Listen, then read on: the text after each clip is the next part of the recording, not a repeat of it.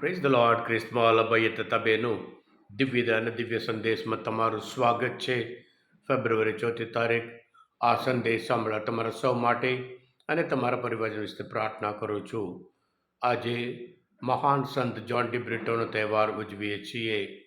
તમારા બાઇબલ લે લો, ઈશ્વરનું વચન સાંભળીએ. યોહાનનો ગ્રંથ 12મો અધ્યાય 20થી 32મી કલમ સુધી.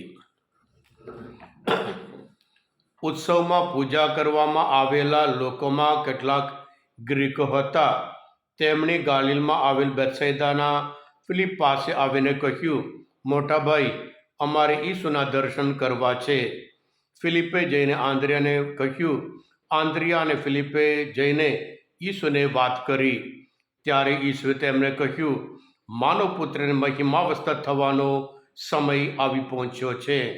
હું તમને સાચે સાચ કહું છું, જ્યાં સુધી ઘઉંનો દાણો જમીનમાં પડીને મરી જતો નથી, ત્યાં સુધી એકલો જ રહે છે. પણ જો તે મરી જાય તો મબલક પાક પેદા થાય છે. જે પોતાના જીવન વહાલું કરે છે તે તેને ખોઈ બેસે છે, પણ જે પોતાના જીવને આ દુનિયામાં અળખામણું કરે છે તે શાશ્વત જીવન માટે તેને સલામત રાખે છે. જો કોઈ મારી સેવા કરવા ઈચ્છતો હોય તો તેણે મને અનુસરવું જોઈએ. હું જ્યાં હોઈશ ત્યાં મારો સેવક પણ હશે. જે કોઈ મારી સેવા કરશે તેનું પિતા સન્માન કરશે. અત્યારે મારો જીવ વલોવાઈ જાય છે. મારે શું એમ કહેવું કે હે પિતા, મને આ ઘડીમાંથી બચાવ? ના, એટલા માટે તું આ ઘડી સુધી આવ્યો છું. હું પિતા, તારા નામનો મહિમા, હે પિતા, તારા નામનો મહિમા કર. એવામાં આકાશવાણી સંભળાઈ કે મેં એ મહિમા પ્રગટ કર્યો છે અને ફરી પણ કરીશ. એટલે ત્યાં ઊભેલા લોકો એ સાંભળીને કહેવા લાગ્યા, મેઘ ગાજ્યો. પણ બીજાઓએ કહ્યું, દેવદૂતે એમની સાથે વાત કરી. ત્યારે ઈસુએ કહ્યું, આ અવાજ મારે માટે નહીં પણ તમારે માટે થયો છે. અત્યારે તો આ સંસારનો ન્યાય તોળાઈ રહ્યો છે. અત્યારે સંસારનો શાસક હાંકી કાઢવામાં આવશે અને મને ધરતી ઉપરથી ઊંચે ચડાવવામાં આવશે. ત્યારે હું સઘળા માણસોને મારી પાસે ખેંચી લઈશ. આ પ્રભુની વાણી છે, તે આપણો આધાર છે. ક્રિસ્મોલ ભાઈ તબેનો, સંત જ્હોન ડી બ્રિટો પોર્ચુગલ દેશના હતા. રાજમહેલમાં મોટા થયા. એમના પપ્પા ત્યાં રાજમહેલમાં અધિકારી હતા. 1647માં એમને જન્મ અને જ્યારે 15 વર્ષના થયા ત્યારે તેમણે નક્કી કર્યું એમનું જીવન પ્રભુ માટે અર્પણ કરવા. જે ઈસુ સંઘો ફાધરોની વાત કરી હતી અને ખાસ કરીને સંત ફ્રાન્સિસ ઝેવિયર વિશે એમના જીવનમાંથી પ્રેરણા મેળવી આપણ સંત ફ્રાન્સિસ ઝેવિયર જેવું ભારત જવા માટે, ઇન્ડિયા આવવા માટે એમને નક્કી કર્યું હતું. હા ક્રિસ્મોલ ભાઈ બહેનો, ગોવા દ્વારા ગોવામાં આવ્યા, ગોવાથી દક્ષિણ ભારત ગયા અને ત્યાં ઘણા ચમત્કાર કર્યા. અને ખાસ કરીને જેને કોડ હતો એને પણ મટાડ્યો હતો. અને સાથે સાથે જે ગવર્નર હતો એના જીવનમાં એવું મોટો બીમારી હતી અને જ્હોન ડી બ્રિટો એમના વચન દ્વારા, વિશ્વાસ દ્વારા, પ્રાર્થના દ્વારા એને મટાડ્યા.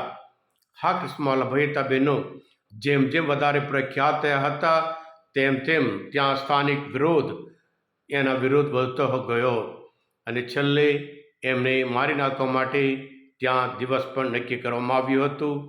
તે દિવસે બધા ત્યાં ખ્રિસ્તીઓ હતા અને હિન્દુ લોકો હતા, ત્યાં લઈ લેવામાં આવ્યા. જ્હોન ડી બ્રિટો જાણે કે વરરાજા જતા હોય એવી રીતે આનંદપૂર્વક જતા હતા અને હાથ ઊંચા કરી ઘૂંટણે પડી શિર નમાવી ઈશ્વરનો આભાર માન્યો. અને ત્યાં એક સેવક એમનું માથું અને હાથ કાપી નાખ્યા હતા. મહાન સંત જ્હોન ડી બ્રિટો એક શહીદ બન્યા, સંત બન્યા હતા. હા ક્રિસ્મોલ ભાઈ બહેનો, આજના આ સંતનો તહેવાર ઉજવતા આપણે પણ આ સંત જેમ પ્રભુની નામની ઘોષણા કરવા માટે, પ્રભુનો જે વિજય છે, પ્રભુ પ્રકાશ છે, એ પ્રકાશ ફેલાવવા માટે આપણા ભારતમાં આવ્યા હતા અને છેલ્લે જે અંધકારની શક્તિ દ્વારા એ મારી નાખવામાં આવ્યા હતા. આપણે પણ આપણી શ્રદ્ધામાં વિશ્વાસમાં દ્રઢ રહીએ. અને આજના શુભ સંદેશમાં આપણે જોઈએ છીએ પ્રભુ યીશુ ઉત્સવમાં આવ્યા હતા. ત્યાં અમુક ગ્રીક લોકો મળવા આવ્યા હતા.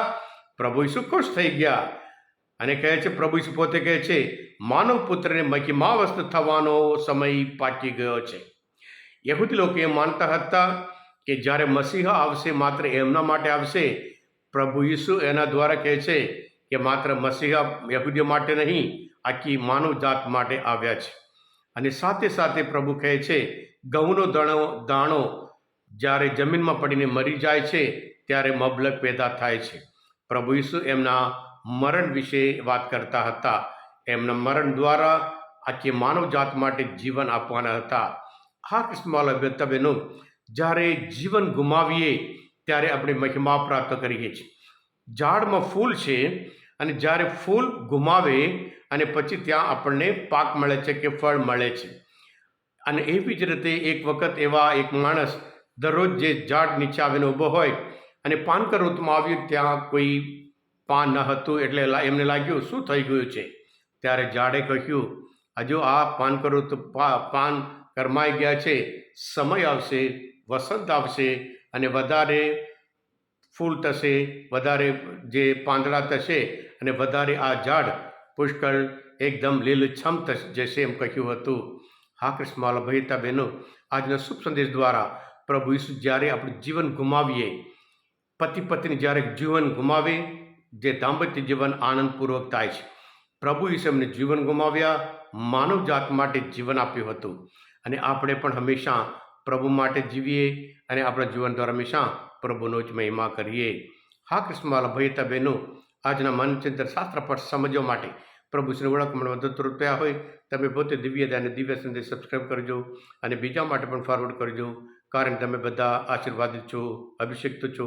પ્રભુ યીશુ, હું તમારામાં વિશ્વાસ રાખું છું. બોલો દિવ્ય દયાનો જય. God bless you all.